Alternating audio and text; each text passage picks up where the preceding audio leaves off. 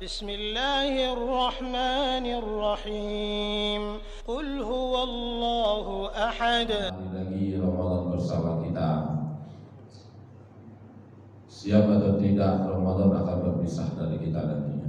Maka dari itu, di 10 hari terakhir ini maksimalkan waktu kita untuk senantiasa memperbanyak amal soleh, melakukan ketaatan-ketaatan, mengisi siang dan malam di bulan Ramadan.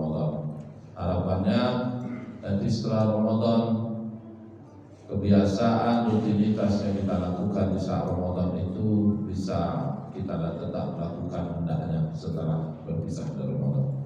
Salawat dan salam dikirimkan kehadirat baginda Nabi Sallallahu Alaihi Wasallam. Allahumma sholli ala Sayyidina Muhammad wa ala ali Sayyidina Muhammad. Assalamualaikum ya Rasulullah.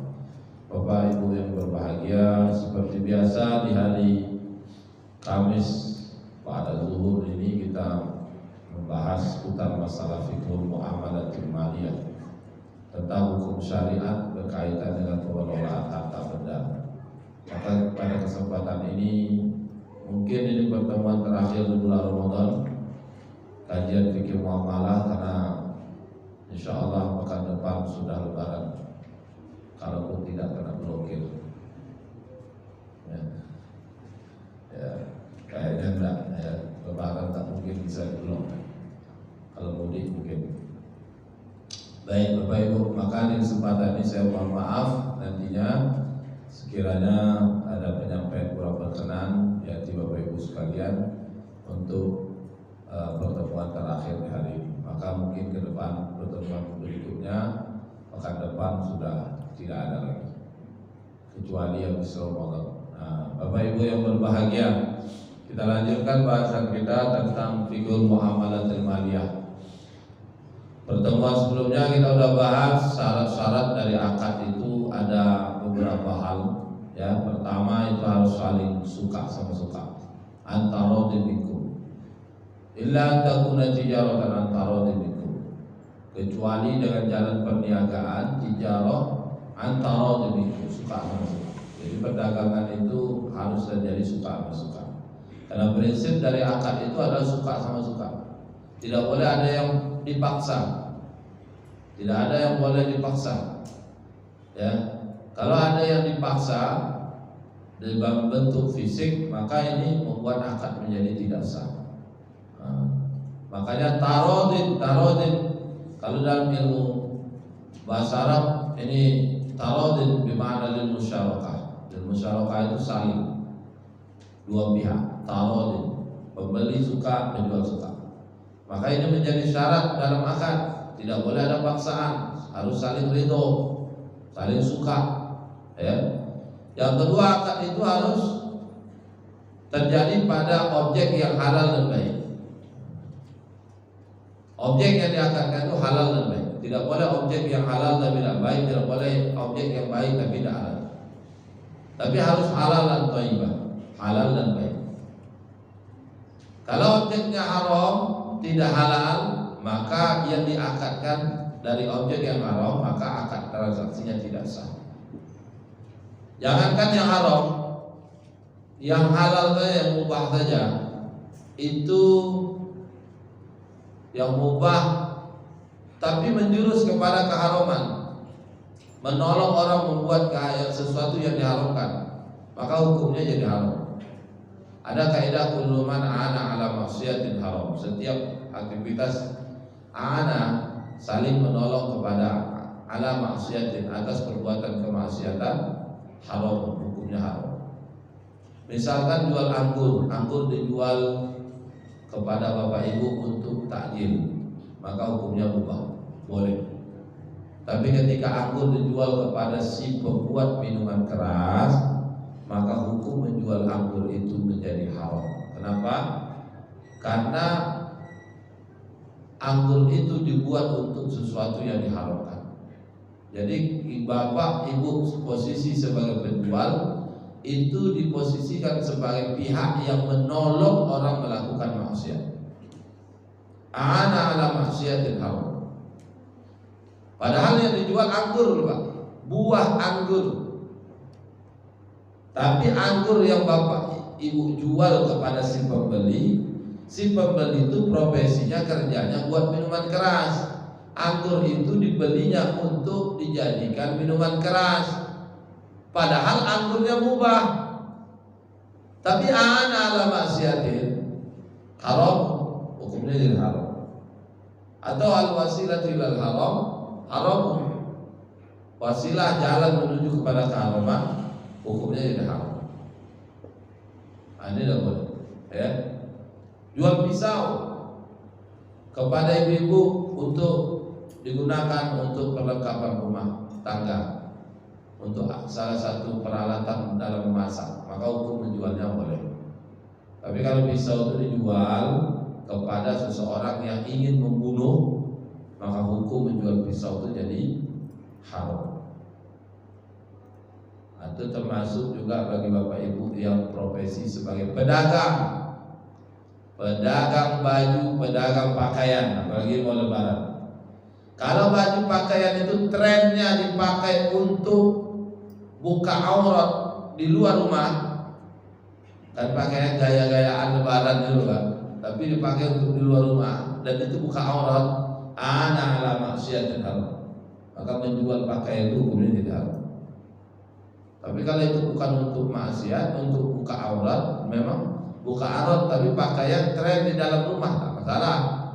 Sebagaimana mohon maaf halnya orang menjual pakaian perlengkapan dalam, pakaian dalam, nah itu tidak perlu, tidak masalah, karena cuma Superman, Batman, Spiderman itu yang pakai pakaian dalam untuk di luar rumah.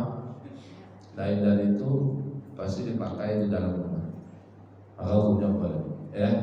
Nah kalau objeknya jelas haram, jelas juga tidak boleh. Kullu ma hurima 'ala al-ibad fa bai'u haram. Setiap apa saja diharamkan atas hamba maka haram memperjualbelikannya. Ular itu haram, nah kan jual ular haram. Apalagi bangkai haram, maka menjual bangkai haram. Ya, tokek itu sejenis apa? Cicak itu haram, maka menjual cicak itu hukumnya haram. Jadi jangan sibuk kali pak cari cicak 3 on, tidak lebih tidak kurang. Tokek, itu tokek itu haram, menjualnya haram. Kullu ma hurima 'ala al-ibad fa bai'u haram, memperjualbelikannya haram. Kalau apa saja diharamkan atas hamba, menjualnya haram. Kucing anggora haram, kucing itu. Tapi jadi hewan peliharaan di sekitar kita, berarti memeliharanya boleh, menjual, memakannya tidak boleh. Karena tidak boleh, tidak seperti ayam tadi, maka hukumnya jual beli kucing jadi haram. Jadi kucing itu haram, maka dijual hukumnya haram. Begitulah seterusnya, harus objeknya halal dan ya. Yang ketiga, uang sebagai alat tukar. Alat tukar itu tidak boleh jadi barang jual beli, maka memperjualbelikan uang, maka hukumnya bisa mengantarkan pada perbuatan yang dilarang. Ya, tapi uang itu sebagai alat tukar, maka di mana kita akan tahu alat tukar atau tidak? Nanti saat kita terjadi pertukaran, sama dan nilainya. Kalau sama, benar dia sebagai alat tukar. Oh ternyata tidak sama, dikurangi 100 tukar dengan 5.000 itu duit baru. Karena baru diterima cuma 18 atau 19 lembar, maka ini berarti uangnya sudah berubah fungsi, bukan sebagai alat tukar tapi sebagai barang diperjualbelikan. Nah, gitu. Ini kalau sejenis. Gimana kalau beda jenis? Boleh aja. 1 ringgit 3.000, 1 ringgit 3.500, boleh. Kenapa ada 1 ringgit 1 rupiah? Nah itulah disebut dalam pembahasan ekonominya namanya kurs, selisih. Beli 1 botol minuman yang isinya volumenya 600 mili, ya 600 mili, itu kalau pakai rupiah 3.500, kalau pakai ringgit 1 ringgit. Nah berarti itulah selisihnya. Untuk barang yang sama dipakai uang yang berbeda, maka nilainya ditentukan. Nah, itu makanya muncullah namanya kurs. Maka tukar 1 ringgit 3.500 boleh, karena nilainya itu sama, nilai seringgit dengan 3.500. Maka kalau ditukar duit seringgit, maka kita ngasih duit 3.500, ini tidak masalah. Justru kalau 1 ringgit dengan jadi kita kasih cuma 1 rupiah, itu malahan bermasalah. Kenapa? 1 rupiah itu jauh kali nilainya di bawah daripada 1 ringgit. Nah ini makanya uang harus sebagai alat tukar. Makanya hati-hati mau lebaran nih Pak, ya. Kalau mau nukar duit ini hati-hati. 4, 5, 6 terlihat dari maghrib. Ini yang kemarin sudah selesai Pak. Maghrib spekulasi judi, GH gorong, RIB riba. Jadi akad tak boleh mengandung unsur maghrib. Maisir spekulasi judi tak boleh mengandung unsur gorong, tak boleh mengandung riba. Kalau udah mengandung riba apapun namanya stop lah. Final. Riba itu tidak main-main. Kalau sempat berpuasa kita batal puasanya, atau kalau tidak pahala puasanya habis. Cobalah bayangkan Bapak, dosa riba itu dari 73 dosa yang paling kecil itu yang ranking pintu ke 73. Ar-rajulu mislun ar-rajulu ayyakiha ummahu, sebagai laki-laki yang berzinah dengan maknya.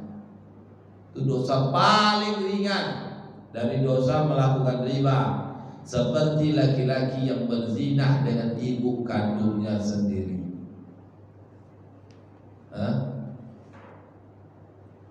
70.000 saja itu dosanya lebih besar daripada 36 kali berzinah. Dirham riba yakuluhu, 1 dirham riba yang dimakan. Bahwa yang alamu min asyad dan sintatin rasarasina zadiyah, dosanya lebih besar daripada 36 kali berzinah. 1 dirham itu lebih kurang duit kitanya 70.000 Pak. 70.000 duit kita itu dapat dosa lebih besar daripada 36 kali berzinah. Nah, inilah yang bahaya ya Pak, riba ini. Kita tak berzina tapi dapat dosa berzina. Karena riba itu kalau 70.000, gimana kalau Bapak Ibu utang 100, dicicil 100 juta nih, totalnya jadi 2.250.000, berarti ada bunga 150 juta. Gimana kalau sempat 150 juta bunganya? Ada yang pernah kayak gitu? Malu bapak-bapak nyebutnya. 150 juta dibagi 70.000. Ini coba bayangkan Pak ya. Coba 2.143 kali berzina. Mirip persis model PSK lah. Tapi dia tidak PSK. Tapi tidak boleh pula kau bilang ini kamu pelaku riba, kamu berzina, tidak boleh. Padahal dia tak berzina, tapi dapat dosa seperti orang berzina, ya. Tapi dia tak berzina. Kalau orang tak berzina dituduh berzina, itu nama qadzaf, menuduh. Orang yang menuduh tadi tak bisa buktikan, tak bisa hadirkan pak saksi, maka yang menuduh, yang menyebut orang berzina sementara dia tak berzina, dikenakan hukuman dicambuk 80 kali cambukan. Tapi Bapak Ibu tak pernah berzina, cuma karena pernah ngutang duit ke bank, ngutang 100 dibayar sampai 250, 100 pokoknya, 150 bunganya, 150 kali. Sementara 1 dirham setara dengan 36 kali berzina, maka 150 juta itu sama dengan 2.143 kali berzina. Tak pernah berzina, tak pernah terbersit ingin berzina, tapi suka melakukan transaksi riba, itu dosanya berzina tadi dia dapat, sementara dia tak berzina. Kan jadi itu baru di dunia, nanti di akhirat nyari lagi, bangkit dari kubur seperti orang kesurupan. Allazina yaquluna riba la yaqumun orang-orang yang berdiri makan riba tidaklah mereka berdiri illa kama yaqumul ladzi yatakhabbathu syaitanu minal mas, seperti orang berdiri kemasukan syaitan disebabkan penyakit gila. Udah kesurupan gila lagi, kayak mana itu? Orang gila aja itu udah susah orang. Dia gila mengamuk, itu susah. Orang kesurupan meronta-ronta itu susah orang. Ini udah lagi gila kesurupan lagi. Nah, itulah nanti bangkit dari kubur. Jadi besok kalau dari hari kiamat, kalau malaikat Israfil tiup sangkakala, kita semuanya kan bangun dari kubur dulu. Kayak bayam di semai itu kan, tubuh pada bangun keluar dari kuburnya. Tengoklah kiri kanan berarti. Kalau ada yang supaya ngamuk-ngamuk itu bilang kamu makan riba dulu ya. Itu pelaku riba. Bangun dari kubur itu seperti orang yang kesurupan disebabkan penyakit gila. Udah kesurupan karena gila. Tapi nanti dari kiamat dipastikan itu ancaman terberat bagi pelaku riba yang tak berhenti itu, faulaika ashabun nar hum fiha khalidun. Ada pidana. Mereka kekal di dalam neraka. Makanya Nabi saat Isra Mi'raj itu kan ada jumpai seorang yang penghuni neraka itu sampai ke pinggir dilempar. Perutnya itu seperti rumah tapi diisi ular. Di dalam perut itu ada rumah, tapi rumah itu dalam perut itu berisi ular berbisa. Kenapa? Karena harta riba itu masuk, dia makan. Kalau gitu, kalau diambil, dimakan uangnya, dibelikan makanan, berarti besok berubah jadi ular. Gimana kalau tak dimakan tapi diambil? Sama aja. Ya, sama aja. Karena hukumnya kalau sudah ngambil kena. Nah, itulah riba. Siapa yang dilaknat? Ada 4 itu kalau riba. Akilah riba, yang makan. Wa mukilahu, yang tukang kasih. Wa katibahu, yang tukang tulis. Wa syahidahi, wa saksi dan para saksi riba. Wa hum sawa'un, mereka sama-sama bersalah, sama-sama dilaknat. Tak peduli siapa orangnya, tak peduli siapa dia, tinggi rendah jabatannya, sedikit banyak duitnya, ya, status sosialnya bagus, darah biru, keturunan ningrat atau darah merah, tak peduli dia.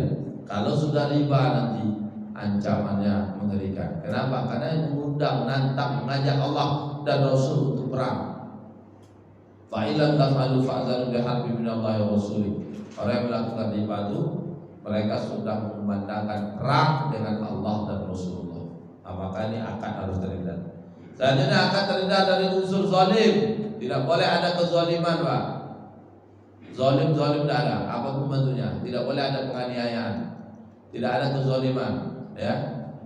Salah satu bentuknya misalkan pajak itu kezaliman sebenarnya.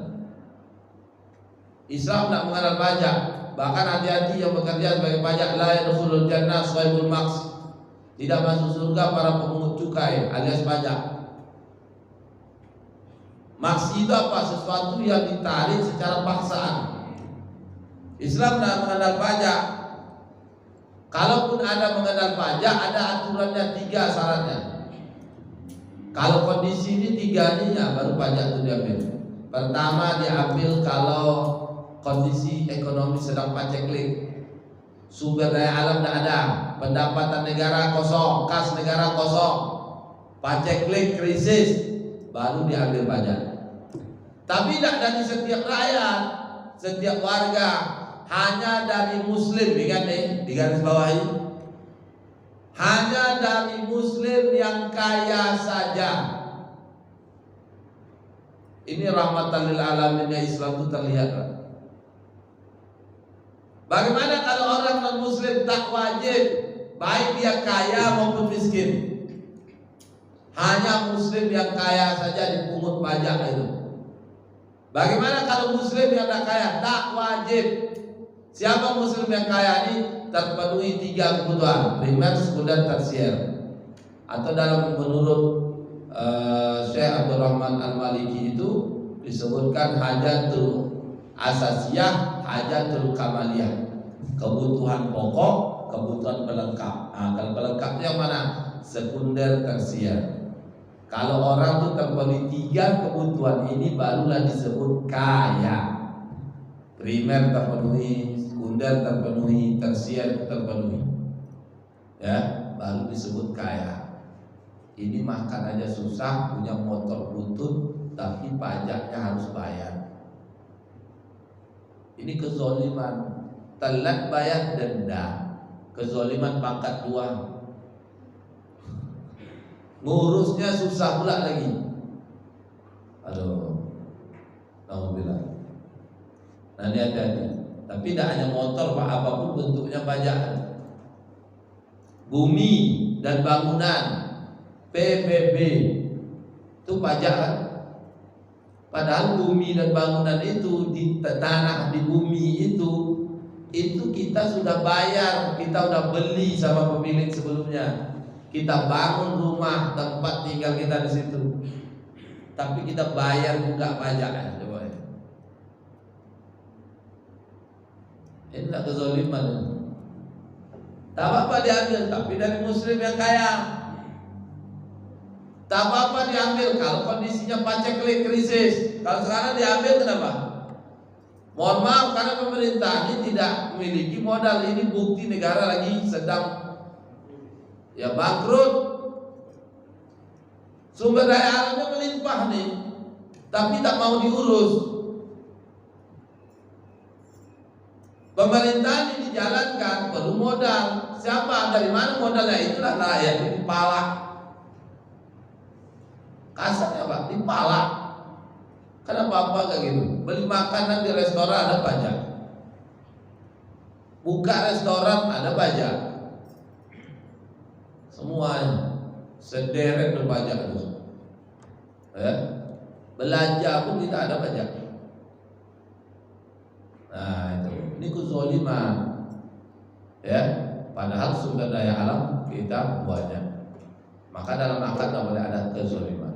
Nah begitu juga tidak boleh ada unsur keharaman. Akad tidak boleh ada unsur keharaman. Si A mau beli sesuatu, tapi beli sesuatu dengan si B, ya. Tapi belinya tunai tak punya duit. Tapi si B ngasih rekomendasi pinjam ke duit ke bank. Maka si A mengambil manfaat fasilitas yang dikasih oleh si B. Maka si A-nya berdosa, si B-nya pun berdosa. Kenapa? Karena memfasilitasi orang melakukan keharaman. Saya kan tak ngeriba, kan dia cuma. Tapi syarat-syarat kamu yang rekom, administrasi kamu yang lengkapkan, maka hukumnya sama dengan riba, melakukan keharaman. Nah ini, maka akad tak boleh mengandung unsur keharaman. Selanjutnya akad tak boleh mengandung unsur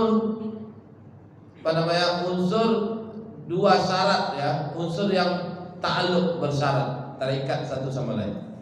Jadi akad tak boleh ada unsur yang seperti ini, double syaratnya. Akad jual beli transaksi tak boleh bersyarat. Saya jual handphone ini ke kamu, tapi kamu jual laptop ke saya, itu tak boleh. Kalau jual handphone aja. Jual laptop aja. Karena hadisnya jelas, ada riwayat Imam Ahmad, Nabi SAW bersabda, nah Rasulullah SAW an safqataini fi safqah, dua akad satu transaksi, itu tidak boleh. Maka di double akad tidak boleh. Kalau sekarang hybrid kontrak itu akad ganda, itu hukumnya tidak boleh. Maka dari itu ini beberapa syarat harus kita hindari dalam akad. Baik, silakanlah, karena saya tengok saya berhadapan dengan orang yang sudah berada di alam panah. Banyak yang berada di alam panah. Maka silakan kalau Bapak Ibu ada yang mau, wajar juga tengah hari ini. Maka tadi saya mohon maaf terlambat, terkalok Pak, bukan sengaja mengalokkan diri, tidur tergolek, astagfirullah, ini segera sampai ke sini ternyata udah komat. Maka potensi kali untuk siangnya tertidur, apalagi 10 terakhir malamnya kita iktikaf kan, potensi. Dan download siang pun normal, ya. Maka dari itu supaya lebih memahamkan kita buka sesi tanya jawab. Tapi kalau ada Bapak Ibu yang mau nanya tertulis juga boleh. Silakan. Itulah beberapa syarat. Kalau tidak saya lanjutkan menjelang jam 13.30. Boleh silakan. Ada? Ya. Tentang tukar tambah motor atau mobil kepada motor atau mobil. Ya. Tukar tambah. Kenapa? Hukumnya gimana dong? Jadi di showroom itu kan mau membeli mobil ini, tukar mobil ini, dia udah dinilai mobil kita nilai sekian, mobil yang dijual nilainya sekian, itu hukumnya gimana? Oh ya, tukar tambah itu tidak masalah. Ya, itu tidak double akad. Nah, itu tukar tambah. Ini sewa handphone deh. Berapa nih? Kalau saya jual 1 juta, saya tanya handphone ini berapa? 1,5 juta. Gimana saya jual ini? Saya kasih duit 500, saya dapat handphone ini. Dia tidak apa-apa, ambil aja. Udah, itu namanya tukar tambah. Tidak boleh kalau barang ribawi. Nah, dia tidak boleh. Barang ribawi itu ada 6: emas, perak, gandum, garam, kurma, jawawut. Jawawut itu sejenis makanan biji-bijian, kacang-kacangan biji-bijian. Nah, 6 ini tidak boleh ditukar tambah.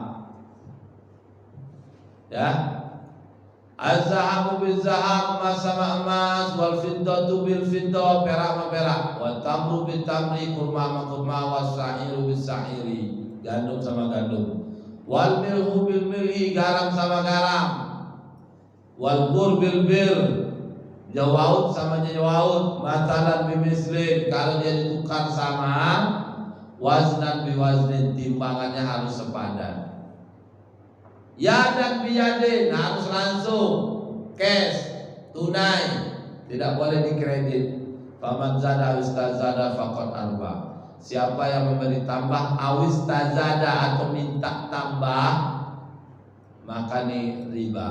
Nah, kan jelas apa? Emas, perak, kurma, gandum, garam, jawawut. Kalau ditukar tambah, riba. Punya cincin emas, nah, ini cincin emas, ini perak. Punya cincin perak, berapa beratnya? 5 gram perak. Mau ditukar dengan jenis yang lain, ya, tapi perak juga, sama-sama 5 gram, cuma ada duit tambah 10.000 cuma. 10.000 itu bertambah dari 5 gram ke 5 gram, sama-sama perak, itu jadi riba. Namanya riba fadl. Sama kayak ibu punya cincin, beratnya seemas, mau ditukar 1 emas juga, sama-sama beratnya. Tapi karena diganti cincin yang baru, itu diminta biaya tempah 20.000 cuma. Tapi 20.000 ini tukar tambah dari barang ribawi, maka ini jadi riba. Faman zada awis tazada faqad arba. Itu. Gimana dengan motor? Di showroom tukar tambah tadi, ya tidak masalah, karena motor bukan barang ribawi. Gimana dengan handphone? Ya tidak masalah, kulkas tidak masalah. Cuma 6 ini tadi Pak yang tak boleh ditukar tambah. Selain dari 6 ini boleh, ya, ditukar tambah. Nah, jelas. Kalau gadai barang, masuk riba aja. Gadai barang di mana Pak? Misalnya menggadaikan, katakanlah dari resmi misalnya. Ya, gadai resmi ataupun tidak, kalau pegadaian itu sama dengan hutang. Gadai itu sebenarnya sama sama hutang, cuma bedanya gadai itu pakai agunan alias jaminan. Kalau ada jaminan itu namanya gadai, kalau tak pakai jaminan itu namanya hutang. Jadi transaksi gadai itu ya hutang, hutang yang pakai agunan, namanya rohan. Nah, gitu. Jadi prinsipnya pokok balik pokok. Pinjam 1 juta, jaminan handphone ini dia anggaplah nilainya 1,5 juta. Jamin handphone nih, berapa pinjam? 1 juta, tetap 1 juta balik. Walau biaya administrasi, kelebihannya biaya administrasi itu jadi riba. Apalagi ditambah 1 juta dengan skala sekian, pinjam 1 juta, 0, 1, 1000, 10.000, kan makin besar pinjaman itu semakin besar biaya kan. Biaya administrasi pun kayak gitu Pak. Semakin besar pinjaman semakin besar biaya administrasi di Pegadaian itu. Minjam 1.000 beda dengan minjam 100.000. Apalagi minjam 1 juta, 100 miliar itu beda. Semakin besar nominal pinjaman, semakin besar biaya administrasinya. Itu jelas riba. Karena akad gada itu akad rohan, akad utang pakai agunan, jadi riba. Tidak hanya itu, ditambah lagi ada double akad. Nah, double akadnya di mana nih? Saya pinjam uang ke Bapak, ya. Saya jaminkan handphone saya. Bapak terima, tapi Bapak minta biaya penyimpanan. Coba, gimana ceritanya? Padahal saya pinjam duit Bapak supaya Bapak yakin, jangan khawatir kalau duit ini lenyap, minta jaminan. Bapak yakin minta jaminan, saya kasih jaminan handphone nih. Bapak minta bulan duit biaya penyimpanan. Itulah terjadi di Pegadaian hari ini. Biaya penitipan di Pegadaian Syariah, biaya penitipan kah, biaya keamanan kah, biaya penyimpanan kah. Kalau TV dijaminkan biaya penyimpanan, keamanan, ya. Padahal akadnya hutang. Ketika disyaratkan ada biaya keamanan penyimpanan tadi, maka memunculkan akad kedua, namanya ijarah. Satu transaksinya akadnya double. Ini dilarang, tak boleh. Pertama akad rohan, yang kedua akad ijarah. Maka transaksinya jadi tidak sah. Apalagi ditambah biaya yang tadi pokok. Makanya rohan itu hati-hati kalau di lembaga. Kalau di masyarakat kita lebih ngeri lagi. Pinjam duit 10 juta, anaknya mau masuk kuliah, dijaminkannya kebun sawit. Selama duit 10 juta belum lunas, kebun sawit itu didodos oleh yang ngasih utang, dipanen oleh yang ngasih utang Pak. Semakin lama Bapak Ibu balikkan duit 10 juta itu yang berutang tadi, semakin menikmati yang tukang dodos nih. Ya, coba ya, yang ngasih utang. Itu riba itu. Riba. Ada kasus dulu kemarin ada yang nanya, kasus orang berutang, jaminannya tanah ladang sawah. Yang berhutang ini tak ada pekerjaannya, tak ada lain kecuali menanam padi. Pinjamlah duit, dijaminkanlah tanah sawah tadi. Jadi gimana kerjanya yang berhutang tadi? Sementara tanah itu digadaikan. Nah, dia nyewa sama yang tempat dia berhutang, tanah yang dia punya sebagai agunan tadi. Itu gimana tuh? Itu fakta terjadi Pak, itu riba tuh. Nggak boleh. Tanah itu pun tak boleh juga disewa untuk pertanian. Pengecualian kata Nabi, tanah tidak boleh disewa untuk pertanian, boleh untuk bisnis. Jadi Nabi mengatakan siapa yang punya tanah dia pagari. Ya, kalau dia mau ngelola dia kelola, kalau tidak kasih ke saudara kalian, saudaramu.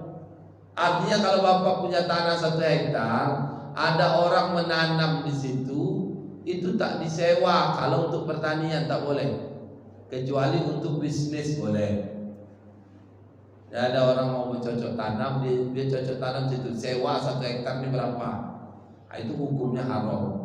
Tapi karena untuk pertanian. Tapi kalau 1 hektar itu dibuat untuk bisnis, misalkan digalinya jadi lubang kolam ikan, itu boleh. 1 hektar itu dibuat untuk parkiran, boleh. Disewa kepada orang buat tempat ini keramaian, boleh. Karena untuk bisnis. Larangan Nabi itu penghususan tak boleh untuk lahan pertanian. Tanah tak boleh. Karena prinsipnya tanah tuh kalau kita kuat bisa mampu kita yang kelola. Tapi kalau tidak kasih ke orang lain. Nah, cuma kan sekarang gimana Ustaz? Kau kasih orang lain, ponek dulu bukanya, banyak duit awak bolinya. Nah, artinya kalau kita tak kasih, ada orang yang pakai untuk menanam, maka tidak dipungut biaya.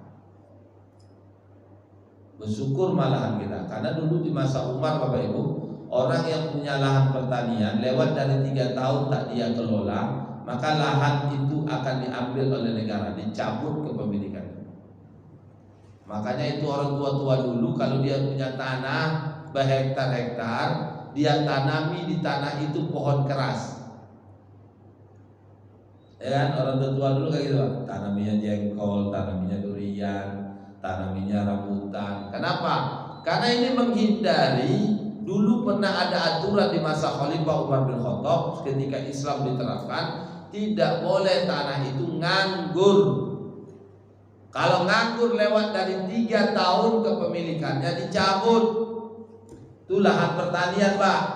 Jangan pula sebelah perumahan tuh ada satu petak nganggur, itu harus kita ambil alih. Nah, itu bukan tanah pertanian. Ya, itu lahan untuk pemukiman, perumahan, bukan lahan pertanian. Kalau lahan pertanian 3 tahun tidak boleh ambil. Ya, tidak dikelola diambil. Cuma yang ambil siapa? Negara. Tak boleh kita langsung ambil. Negara yang ambil. Sekarang banyak tanah pertanian yang nganggur. Cobalah pergi keluar kota berjalan seluas mata memandang. Cukup ditancap di situ pelang papan pasal 551 KUHP. Sampai masuk ke dalam wilayah tersebut kena pidana. Gampang aja. Padahal itu sarang ular, sarang buaya, sarang biawak. Tapi pasal 551 satu aja pelang papan cacat dapat. Ini milik si fulan. Sertifikat hak milik dilindungi oleh pasal 551. Sampai masuk ke situ ke pidana. Gampang aja, Pak. Ya, kalau dalam Islam tak boleh. Kalau dia lahan pertanian tak boleh lewat dari 3 tahun. Hak kepemilikannya diambil. Begitu. Gitu ya, Pak. Tentang apa tadi? Ustaz, gimana kalau ini masalah kasus gitu. Kalau kita menggadaikan, katakanlah gadai ini cara orang kampung dulu saya menggadaikan tanah, katakanlah dengan uang rupiah emas gitu saya. Katakanlah dengan orang tuanya dulu digadaikan, katakanlah sebidang tanah seharga 10 rupiah emas ya. Nanti setelah sekian tahun sekarang orang tuanya sudah meninggal, sekarang anaknya, tapi anaknya mungkin bila bisa jadi suatu kebutuhan, ingin dia mengembalikan tanah yang digadaikan itu, Ustaz. Yang diterima sebagai gadai tadi. Tapi bukan 10 rupiah, kan 8 rupiah aja lah. 8 rupiah aja. Itu bagaimana tuh transaksi itu? 8 rupiah emas. Ya. Sama orang yang pegang gadai itu, Ustaz. Ya, enggak apa-apa. Ya. Kalau dia balikan misalkan kurangi ya. Maka ya dikurangi, ya udahlah, mungkin apa. Sebaiknya memang tetap senilai itu. Karena itu kan jatuhnya utang. Hutangnya itu berapa, segitu harus balik. Dia minjam dulu jaminannya 10 emas. Dia ngutang tuh 10 emas. Yang jadi kasus tuh sekarang tuh banyak tuh kayak gitu. 10 emas dulu tahun 70-an bapaknya ngutangi. Dia agunkanlah tanah, pinjam 10 emas. Tahun 2021 berapa emas bayar? 10 emas waktu itu tentu kecil nilainya dibandingkan sekarang. Sekarang gimana? Tetap 10 emas. Tak tengok dia tahun-tahun berapa, karena yang diutangi 10 emas. Beda kalau dia ngutangi duit. Untung kalau dia sempat ngutang dulu, ngutang jaminkan tanah tahun 70-an dikasih duit 10.000. Berapa harus dibayar hari ini? 10.000. Iya. Padahal dulu 10.000 jaminannya harus sebidang tanah. 2021 mau ditembus kayak tadi, Pak. Maka aku bayar pula 10.000.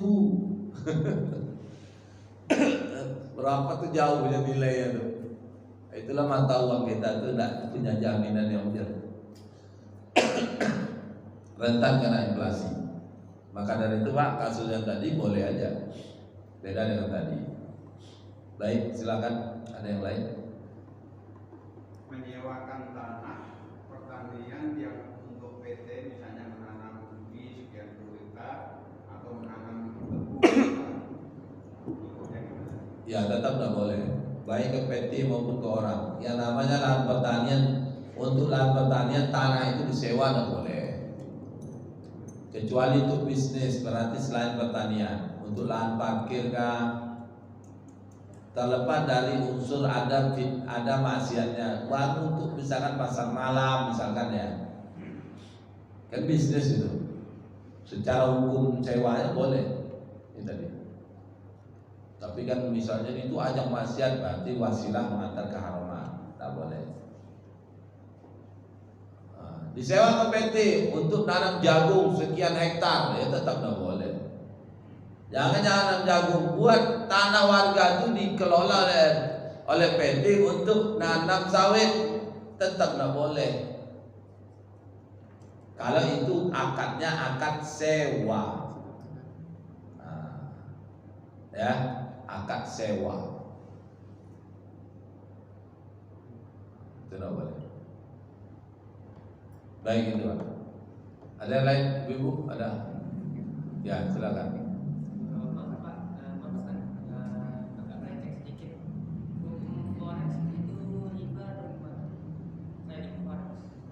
Forex trading?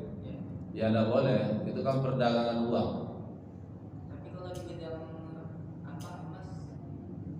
Faktanya kayak mana?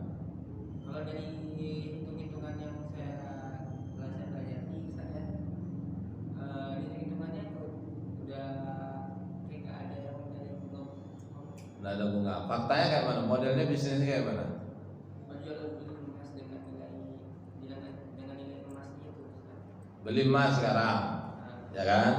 Kita beli emas sekarang kan? Nah pertanyaannya pas beli emas itu emasnya ada nggak? Tidak, tapi kan yang diperjualbelikan nilainya. Iya, emasnya ada nggak? Barangnya. Barangnya nggak ada, cuma nilai emas kan? Maka di situ satu gorornya. Dia jual beli emas, emas itu harus ada. Kalau jual beli emas, emasnya tidak ada. La tastarus sama fil ma' fa innahu gharar. Jangan kau jual ikan di dalam air, karena jual beli ikan di dalam air itu hukumnya gharar. Beli ikan patin berapa sekilo? 20.000, ambo beli 2 kilo. Mana ikannya? Ambo pancing dulu ya ke sungai. Siap kan? Nah, itu tidak boleh, gharar. Kalau jual beli emas, emasnya harus ada.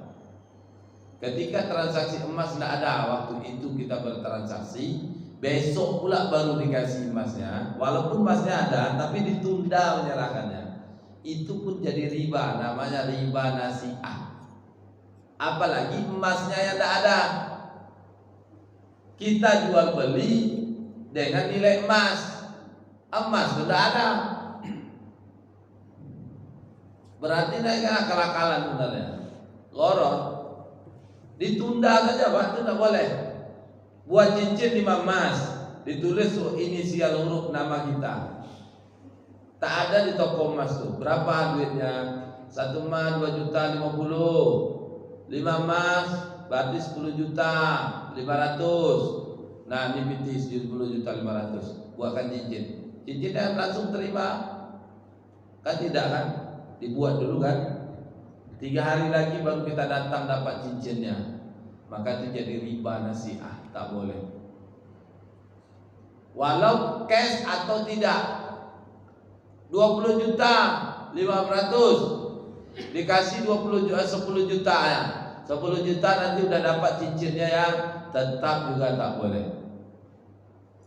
Maka solusi untuk kasus kayak gini, nempah emas itu, Bapak Ibu beli emas batangannya dulu. Emas yang mau dibuat itu dibeli emasnya dulu. Setelah terjadi akad jual beli, baru kita menempah. Berarti kan akadnya udah berubah tuh, akad ijarah. Itu boleh. Makanya jangan sekali-kali bapak ibu, bapak beli emas gelang untuk ibu, niatnya membahagiakan buat 10 emas, gelang kayak apa gitu. Nah, tapi tak langsung diterima emasnya, itu jadi riba. Maka beli emas yang 10 emas dulu. Emas yang mau diolah, emas batangan itu biasanya kan. Nah, yang batangan ini nanti baru dibuatkan. Nah, dibuatkan berarti kita menempah. Sama bapak ibu punya bakal baju, kain, nempah baju. Nah, maka hukumnya boleh begitu juga emas tadi. Tapi kalau dibeli tak langsung terima, tidak boleh. Sama kayak korek itu jadi riba, namanya nasi'ah. Ditambah lagi gharar, karena emasnya tidak ada, ya, emasnya tidak ada, nominal emasnya ada. Wah, beli nih, kamu punya emas sekian gram itu tak mana? Itu tidak boleh. Tanya Pak, Ya. tanya yang bersama dengan Bapak ini tadi. Ya. Soal pagang gadai dia Pak Ustaz.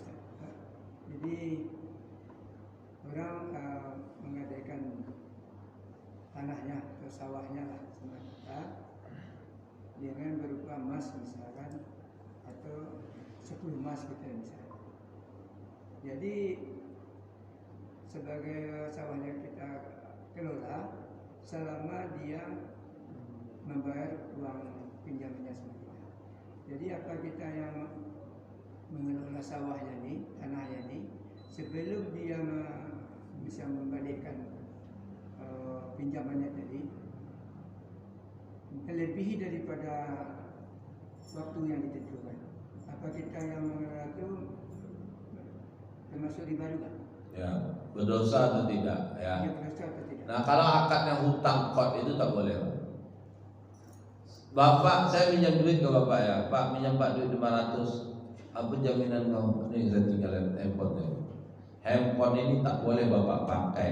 Izin tak izin dari saya. Kenapa? Disitulah bedanya hutang qad dengan hutang dain. Akibat hutang qad tak boleh ada sesuatu yang mendatangkan keuntungan. Maka manfaat barang ini diagungkan, tapi hutangnya hutang duit tadi itu tak boleh, Pak. Tapi perjanjian tadi sebelum dia membalikkan Iya.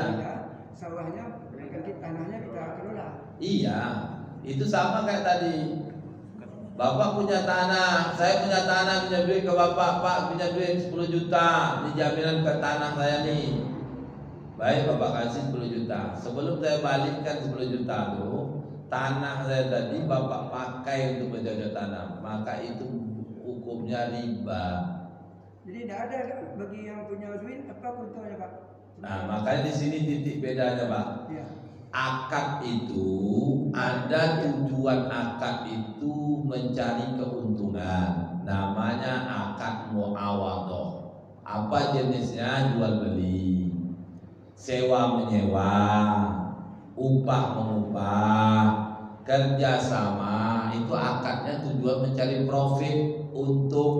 Nama akadnya muawadhah. Tapi ada akad yang tujuannya tabarruk sosial.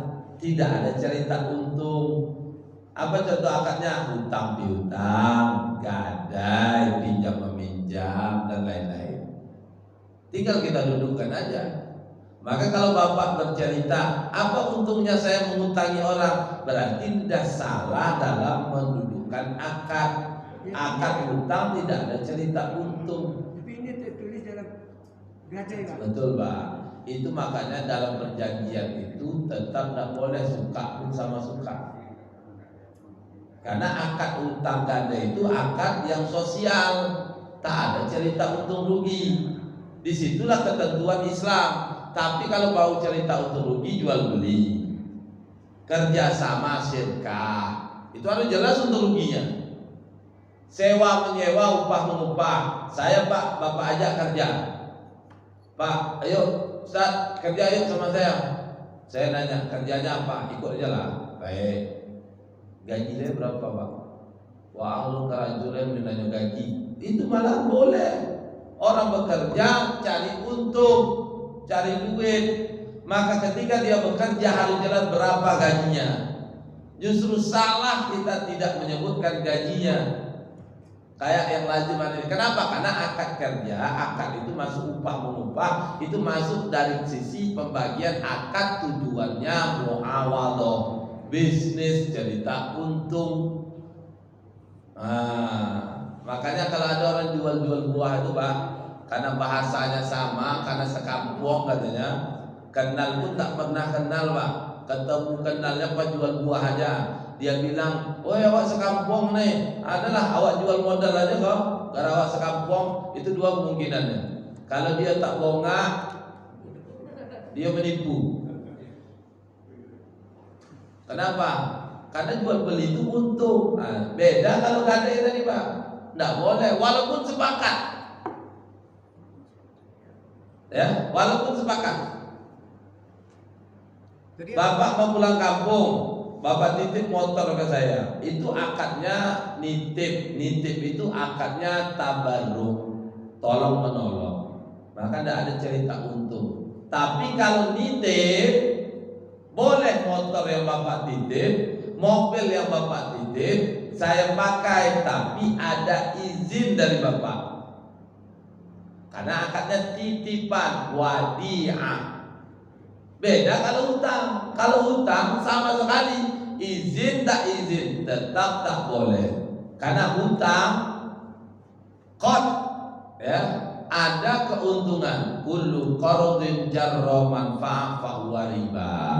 Setiap hutang piutang yang mendatangkan manfaat, maka manfaat itu riba. Tapi kan ini bukan hutang nih, gadai. Sama, beda gadai hutang tuh cuma cie aja ya.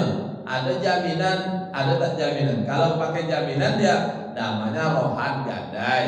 Kalau tak pakai jaminan itu namanya qard. Beda Pak kalau hutang ini. Ada orang minta belikan motor ke Bapak, ya, minta belikan motor ke Bapak. Bapak belikan motornya. Tapi setelah dibelikan cash 15 juta disuruh nyicil. Berapa nih? Saya 15 juta kata Bapak, saya mengambil untung 20%. Berarti hutangnya 15 juta plus 20%. Jaminannya apa? Tak boleh PPKB motor. Jaminan harus barang lain. Sudah? Dijaminkanlah tanah sekapling, tanah seborong, tanah seborong untuk tapak rumah. Dan begini loh Bapak. Kalau ditinggalkannya surat ini tanahnya Pak. Tapi karena itu akibat dari jual beli, maka tanah seborong tadi itu boleh Bapak pakai untuk bertanam. Karena apa? Karena akibat dari jual beli. Hutangnya namanya dain. Tapi kalau hutang duit tadi, pegang gadai, hutangnya hutang qard. Tak boleh. Hutang 10 meh, jaminan 2 hektar sawit. Tak boleh hasil sawit itu Bapak dodos. Boleh Bapak dodos, setiap panen anggaplah dapat 5 juta, Bapak potong hutangnya. Kali ini dia Pak, tanah ini kita yang ngelola Pak, bukan ada hasilnya, dia tanah kosong. Iya, berarti memanfaatkan karena judulnya tadi Pak yang jadi masalah, judulnya itu ini hutang qard. Jadi perjanjian tadi tidak sah. Tak sah. Kalau ditambahkan surat perjanjiannya tuh, Apa tambahan? tanah tuh boleh digarap gitu. Walaupun boleh. Itulah bedanya Pak, kalau akadnya itu hutang qard. Hutang itu pun terbagi lagi Pak ya, ada 2 bagiannya. Ada hutang qard, ada hutang dain. Apa bedanya qard sama dain? Kalau dain qard ini biasanya hutangnya bisa dalam bentuk uang, bisa dalam bentuk barang.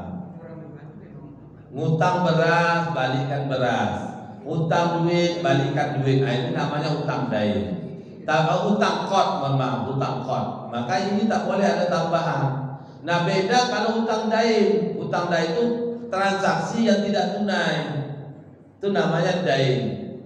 Hutang ini hutang. Kalau hutang qard, izin tak izin, sepakat tak sepakat, rela tak rela, tertulis ataupun tidak, tak boleh dimanfaatkan. Beda kalau nitip. Ini hutangnya ada sampai 10 tahun Pak, itu 15 tahun. Iya. Kita tidak ada apa-apa. Iya, kan bapak nolong. Sosial aja kita. Sama bapak jadi pengurus masjid, Pak. Iya, makanya itu pahala yang dapat. Sama jadi pengurus masjid dan 13 tahun bergaji dah. Nah, ada gaji loh, yang ada pada CPE orang, pada bongi orang. Uang kita ini 10 rupiah emas dengan jaminannya tanahnya kelola lah kan gitu. Ya.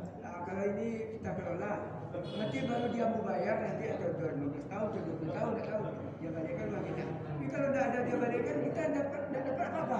Iya, Pak. Jadi maksudnya gini. Tak salah bapak tuh, betul ya bapak bilang tuh. Cuma masalahnya disitulah Islam membagi. Halo Pak, di situ Islam membagi.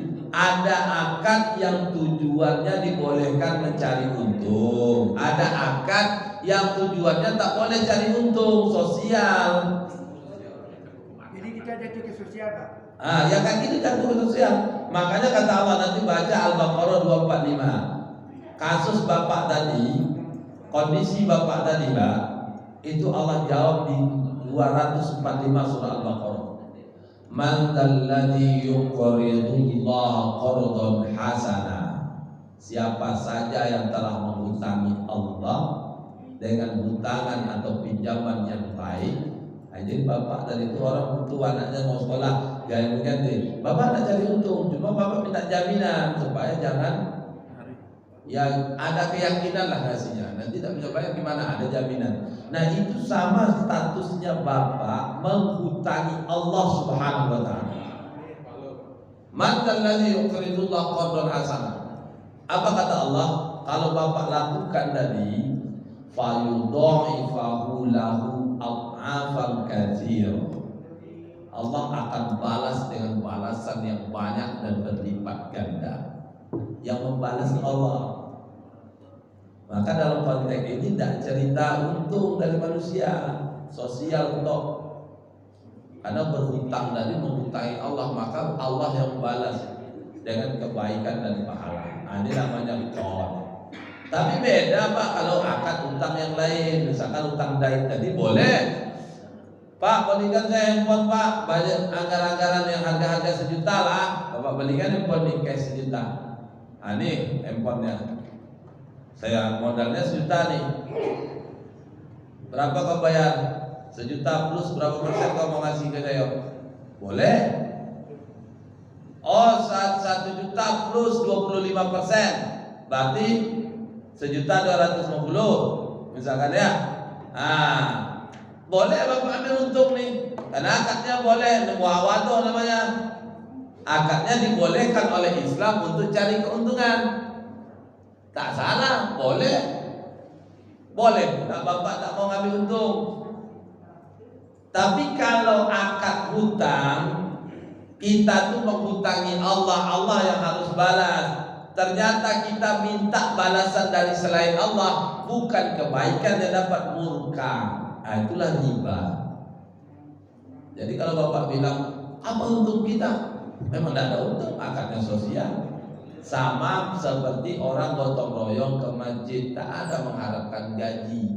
Sama lah pengurus masjid, tak pernah mengharapkan gaji. Ketua masjid itu salah orang yang paling banyak. Kebaikan dia tak nampak loh. Gaji pun tidak.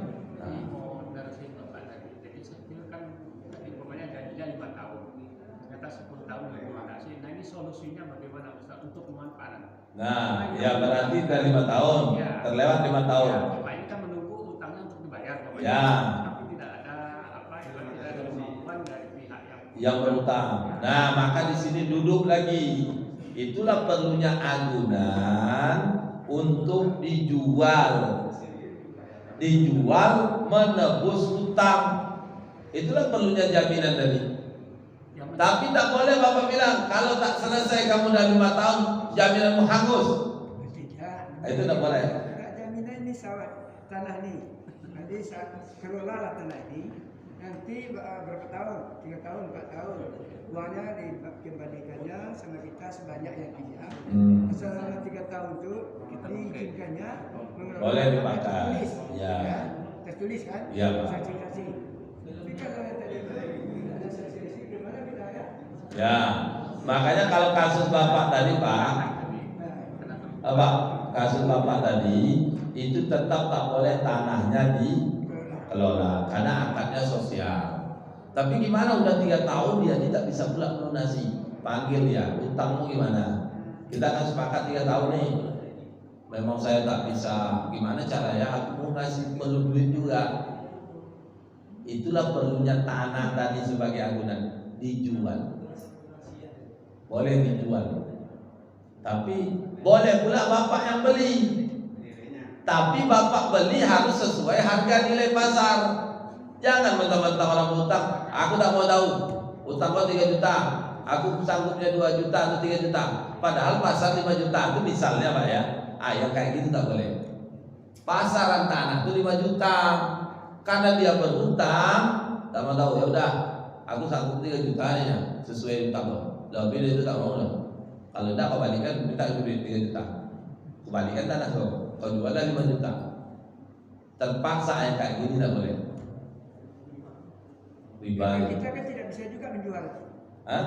Karena itu kan kita tidak bisa menjual. Iya Pak. Karena suratnya yang punya yang si A tadi. Harusnya surat sama tanah diserahkan. Kalau jaminan itu namanya jaminan Bang. Kalau jaminan apa yang dijamin? Kalau tanah yang dijamin, tanah itu harus diserahkan. Kalau rumah yang dijamin, rumah itu yang diserahkan. Beda kalau surat yang menjaminnya, surat itu yang diserahkan. Sekarang tidak tahu kita itu. Yang dijaminkan itu apa? Rumah. Sertifikatnya yang dijaminkan. Berarti bukan rumahnya, sertifikatnya. Kalau tak bisa bayar, ambillah sertifikat tuh. Yang namanya jaminan kayak gitu. Saya pinjam uang sekian juta, jaminan rumah saya ini harus saya kosongkan. Itu prinsipnya Pak. Ada surat kuasa dari notaris. Hah? Ada surat kuasa menguasai rumah itu dari notaris, walaupun rumah belum diambil. Iya. Ini jatuh tempo, tinggal kosongkan aja. Berarti kan ada perjanjian berlapis-lapis ini. Maka prinsipnya barang agunan tadi milik orang yang berhutang. Jadi itu tadi Pak. Yang milik berhutang. Jadi kalau kasusnya yang 3 tahun Bapak bilang tadi, selama 3 tahun tidak boleh karena akadnya hutang. Tapi setelah jatuh tempo tak ada solusi, gimana nih? Jadi 3 tahun saya nih perlu duit nih, boleh dijual. Tapi dijual sesuai harga pasaran. Ustaz, ini mengapakan penasaran Bapak ini. Bapak dia penasaran tuh Bapak. Ya maaf ya, biar cair ke sana. Nah, maksudnya gini. Ya. Dia memang kalau di kampung-kampung dulu Ustaz ya, pegang gadai itu sawah atau tanah Ustaz. Memang umumnya digarap sama yang Betul. itu. Iya. Kan gitu Pak ya. Memang digarap. Kalau dulu memang digarap. Jadi itu belum ada terpikir bahwa itu tuh video riba atau itu Ustaz ya. Ya. Yang satu lagi Ustaz, itu yang pertama Ustaz, menyambung yang tadi. Kita membeli emas itu atau menempa emas, kebanyakan kita memang yang seperti Ustaz saya tadi, bukan kita beli yang bakunya dulu atau yang batangannya dulu. Iya. Memang kita diupahkan dulu, baru dibayar dengan upah-upahnya gitu Ustaz. Iya. Nah, di tempat. Gitu, Nah, makanya itu Pak, yang kalau kasus Bapak tadi, Bapak bilang apa tadi? Itulah fakta pegang gadai selama ini. Nah, itulah salah satu bentuk kesalahan yang terjadi di tengah masyarakat kita selama ini bertahun-tahun Pak. Kalau di kampung kami orang di Bagan sana, ya, kalau di kampung kami sana bukan pegang gadai yang trennya, orang beladang minjam duit, tapi dibayar nanti dengan hasil padi. Saat panen, harga padi itu ditentukan saat ngutang. Mau turun kan biasa orang itu, kalau orang yang kerjanya khusus petani, dia tidak ada pekerjaan lain Pak. Hasil panen ini yang diharapkan. Beladang itu kan kalau dulu kan berbulan-bulan itu, sekian bulan di ladang tuh ke sawah tuh kan. Nah sebelum pergi ke ladang tuh, ngutanglah duit sama orang. Namanya panja. Nanti dibayar dengan padi. Harga padi itu ditentukan pas saat berhutang. Berlebih-lebih Pak. Nah, ini jadi tidak boleh. Ya. Kalau bayar utang, kalau jual beli jelas. Kalau utang seberapa, 1 juta balikan 1 juta. Itu bentuk kesalahan yang banyak terjadi di masyarakat kita. Nah, termasuk yang tadi yang kedua tentang nempak emas. Tidak salah nempak emas, tapi faktanya tadi, kalau pengen tidak mau kayak gitu, langsung aja beli emas yang ada yang udah siap. Karena ini syarat barang-barang ribawi, terutama emas dan perak, kalau kita beli transaksi harus takobut. Takobut itu Pak langsung Pak serah. Ada duitnya, ada barangnya. Tidak boleh duitnya, barangnya belakangan. Atau barangnya diambil, uangnya belakangan. Itu tidak boleh. Makanya kredit emas itu tak boleh. Syariah katanya, tapi yang kredit emas tetap tak boleh. Maka termasuk forex tadi itu tidak jelas gharar. Kenapa gharar? Dia menjual nilai emas tapi emasnya tidak ada. Apalagi diperjualbelikan cari selisih kan? Itu udah memburu emas namanya. Kalau dulu namanya, kalau kita dulu kuliah ada istilahnya pemburu dolar. Pemburu dolar itu pas lagi anjlok dolar dia beli. Nanti dijual 4 dolar melonjak dia jual. Sama kayak tadi dibeli forex itu pada titik sekian. Sama tuh kayak jual beli saham tuh Pak.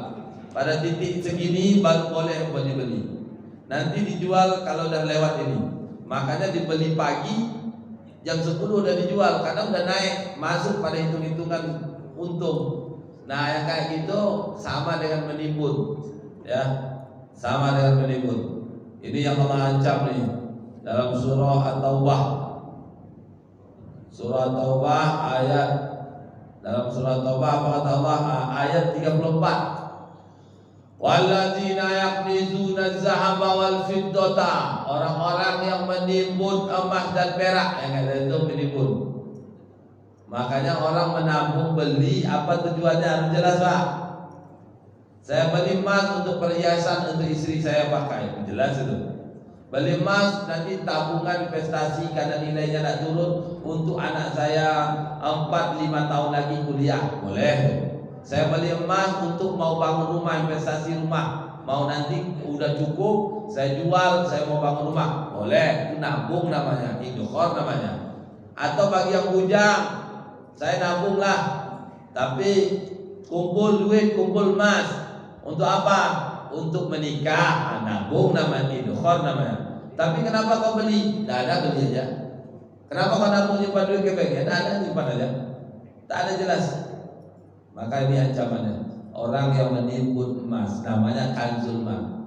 Wala yunfiqunaha fi sabilillah. Mereka juga tak infakkan hartanya di jalan Allah. Apa kata Allah? Fabasyirhum bi'adzabin alim. Maka berilah kabar gembira. Apa kabar gembiranya? Bi'adzabin alim, dengan azab yang pedih. Biasanya kabar gembira itu surga Pak. Ini kabar gembiranya neraka. Ini Allah lagi cemeeh. Kalau bahasa kitanya mencemeeh, dihina kan kali itu. Siapa mereka itu? Orang yang menimbun emas. Itu hati-hati yang forex tadi. Ya, Ustadz selama ini saya tidak tahu, ya tidak tahu Pak Ale. Sekarang malah tahu Pak Ale. Lanjut atau tidak? Ada situ hukumnya berlaku lagi hukum berikutnya. Dulu Ustaz saya tidak tahu nempah emas, saya tempah aja yang kayak biasa. Berapa sebelum emas? 20 juta, saya kasih duit 10, atau saya kasih duit 15, atau saya kasih duit 5 juta, saya gantung 15 juta, udah siap barangnya baru saya kasih.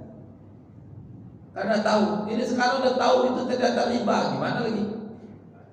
Ya udah lewat ya udah. Ini kedepannya itu perlunya taklim majelis kayak gini supaya yang tak tahu kita tahu. Tapi jangan merasa aman. Kalau gitu Ustaz bagus lagi tak tahu Ustaz kan? Tak berdosa. Nah, ada hadisnya Pak, zamun jahilun dzambani zamun alimun dzambi. Dosa orang tak tahu itu dua, dosa orang tahu itu satu. Dosa orang tak tahu itu dua, kenapa? Pertama dosa karena tak mencari tahu. Yang kedua karena tidak tahunya melanggar, melakukan yang salah. Anggaplah contohnya sholat. Sholat ini dia tak tahu hukumnya wajib. Padahal kewajiban sholat itu sudah jauh hari Rasul sampaikan. Dia tak mencari tahu, maka dosa pertama, dua kategori dosa. Dosa pertama karena tidak tahu tadi, dosa tidak mencari tahu, tidak menuntut ilmu. Sholat ini wajib, dia tak sholat karena tidak tahu, maka dapat dia dosa kedua karena tidak sholat. Zambun alimun dambi, dosa tahu itu satu. Gugur kewajiban menuntut ilmu, tapi dia tak sholat. Dia tahu sholat wajib, tapi dia tak sholat. Berdosa karena tidak sholatnya. Gugur dosa menuntut ilmunya. Nah, tapi jangan bangga. Saya 1 cuma, miliar 2. Ternyata 1 miliar, 2 juta. Nah, itu cara Allah lah. Tapi yang jelas, posisi apapun kita tetap tidak aman. Tahu melakukan kesalahan, tidak tahu melakukan kesalahan juga, itu sama-sama posisi yang tidak aman. Yang aman itu apa? Kita meninggalkan sesuatu yang salah. Gimana supaya bisa kita meninggalkan? Harus paham. Bagaimana supaya paham? Inilah perlunya taklim, supaya paham. Kayak tadi kan banyak tuh Pak kasus tak paham gitu itu. Pegang gade itu memang umum tuh. Saya ada 2 bulan yang lewat, si anak yang megang gade ini, dia risau, banyak sekali surat dulu dipegang oleh si bapaknya, pegang gade ini, maka dia tuntaskan sebelum Ramadan kemarin. Pegang surat orang dipegang oleh bapaknya ini banyak kali. Orang kebetulan bapaknya orang berduit berdaging lah di kampung itu. Tempat orang mengadu berkeluh kesah, tapi pakai jaminan, ada kebun, ada jaminannya kebun cengkeh. Nah, dia di Piaman Pak, Piaman Laweh. Nah, macam-macam jaminannya. Kemarin tuh diselesaikannya semua. Diselesaikan, dikembalikan. Zaman itu mungkin 10 rupiah atau tahun 70-an, 10.000, 1.000 kan kecil nih Pak. Sekarang 2021 yang lebih ininya bapaknya sudah meninggal. Bapaknya sudah tidak ada. Tapi di situ ada macam puasa tertulis kesepakatan tadi Pak. Ini punya si Anu. Kalau kita sekampung itu kan tahu lah kita orang-orangnya kan. Si Anu punya anaknya keluarganya ini dibalikan semua surat katanya. Supaya aman katanya. Tidak ada masalah besok. Kalau di Sumbar memang begitu Pak. Pegang gade Pak kan. Tapi Pak sebelum anaknya tahu tadi, anaknya yang tahu kalau hukum-hukumnya tadi, hasil yang kebun-kebun ini diambil semua. 20 tahun sudah. Jadi kalau dihitung-hitung udah lebih dari untung kalau dibalikkan itu. Wajarlah kebalikan tak dapat untung. Coba kalau dikali-kali ekonomi selama barang itu sama Pak berapa pula untung kau dapatkan? Ya kan? Udah banyak pula untungnya dapat. Cuma syukurnya dia paham, dia balikan. Kalau tidak paham tadi ya dia pertahankan. Ini kan intinya dulu. Apalagi dibilang tahun itu 10.000 ya, mana cocok 10.000 balik gini lagi? Pakai utak yang sehat lagi. Barang binti 10.000 tahun 70, ikut 2001. Kapan kan dibagi binti 10.000 ini ya? Tidak bisa lagi karena hutang 10.000 dulu, 10.000 harus balik sekarang. Tak ada ceritanya. Itulah hukum syarak begitu menetapkan. Sama kayak gini, kita tidak ada protes, tidak bisa protes kalau urusan itu. Puasa menahan dari terbit fajar tenggelam matahari. Tak ada bisa protes. Kenapa ya Allah tidak sampai siang aja? Boleh sampai siang, berarti kau tak berpuasa. Begitulah kira-kira. Makanya di sini perlunya kita tahlil terus, insyaallah. Mudah-mudahan sedikit banyak akan ada pemahaman, pengetahuan dan mengubah kehidupan kita. Apalagi kalau kita ini udah Bapak Ibu udah kepala 4, kepala 5, 50 tahun, itu udah menghadapi sakaratul maut kita. Iya, jangan dibilang oh sehat terus nih. Dan jangan tiba-tiba balik ke rumah keras hilang jantungan, tak tahu gitu kan. Aja, bukan saya nakut-nakuti Pak. Mengasih tahu mengingatkan. Saya pun kayak gitu, tak ada jaminan. Saya ini umurnya 40-an, tak ada jaminan sehat ya Pak. Lambat mati Ustaz itu 40, tak ada jaminan. Bisa nanti malam, bisa besok pagi. Tapi semangat ya rasanya kalau 40 itu masih lama dibanding 50 gitu kan. 50 itu cepat dekat kan. Tapi tak jaminan juga. Ada orang dekat terbaring sakit kita tengok, pulang dari yang menjenguk bertakziah ni, berziarah ni, berkunjung ni, balik dia ngomong, kalau aku tengok kawan tu memang berat kali. Yang ngomong tu mati duluan. Ya kan? Itu bicara ajal tak bisa. Tapi semangat boleh lah. 40 itu agak lambat dikit dibanding 50. Itu kan. Tapi tidak ada jaminan. Inilah perlunya kita siap siaga. Terus jadikan mati di kelopak mata kita. Terus kita terbayang akan kematian. Kalau kita terus terbayang akan kematian, tenang jiwa ini selalu melakukan kebaikan. Tapi kalau mati itu rasanya 20 tahun lagi, masih sempat 10 tahun korupsi, 10 tahun taubat. Kalau kita ini mati 20 tahun lagi rasanya, masih sempat 10 tahun ini kita bergelut dalam dunia ini. Jadi belut ya, licin kita kali, menipu hak orang diambil. Nanti ya 10 tahun aku taubat, 10 tahun aku nak pikir yang lain, khusyuk aku nih. Kalau perlu aku umroh, berdoa aku mati di tanah suci besok. Itu kalau kita merasa 20 tahun mati lagi. Ingat mati itu dah tahu. Kalau sempat nanti malam, apa yang terjadi? Nauzubillah min dzalik. Maka dari itu siap-siap berbanyak amal soleh apalagi bulan Ramadan. Saya kira demikian, makasih. Mohon maaf Bapak Ibu kalau ada khilaf kata penyampaian, mungkin dari intonasi ataupun dari ungkapan bahasa yang mungkin kurang tepat di hati Bapak Ibu. Tak ada maksud tujuan lain kecuali pertama untuk berbagi kepada kita, kedua supaya suasana ini bisa cair. Karena pas saya mengisi awal tadi dibandingkan dengan sekarang, ini saya sudah berhadapan dengan orang berada di alam nyata. Kalau awal-awal tadi saya tengok itu saya ini semua kusuk nengoknya kusuk kali dengarnya Pak, cuma ke bawah, tapi udah di alam gaib masing-masing, alam mimpi semua. Aduh, ini makanya udah harus ditutup nih, buka sesi tanya jawab. Ternyata udah sesi tanya jawab, barulah kita berhadapan dengan orang yang sebenarnya orang di hadapan nyata. Alhamdulillah. Maka saya mohon maaf sekali kalau ada hilaf kata penyampaian, apalagi di Ramadan. Jadi ini pertemuan pekan keempat yang bulan Ramadan ini. Setelah ini kita masuk Ramadan Lebaran, insyaallah. Moga-moga Allah menerima Ramadan puasa kita, pahala puasa kita yang dibalas dengan pahala yang ampunan dari Allah Subhanahu Wa Taala. Dan saya pun mohon maaf selama mengisi taklim di Ramadan ini ada hilaf kata ya kepada Bapak Ibu sekalian. Saya kira demikian. Wallahu muwaffiq ila aqwamit thoriq. Ihdinas siratal mustaqim. Pada Allah Subhanahu pada Bapak Ibu sekalian. Maaf kita akhiri majelis kita dengan baca tasbih kafaratul majid dan ucapan hamdalah. Bismillahirrahmanirrahim. Subhanakallahumma bihamdika asyhadu an la ilaha illa anta astaghfiruka wa atubu ilaik. Walhamdulillahirabbil alamin. Wassalamualaikum warahmatullahi wabarakatuh.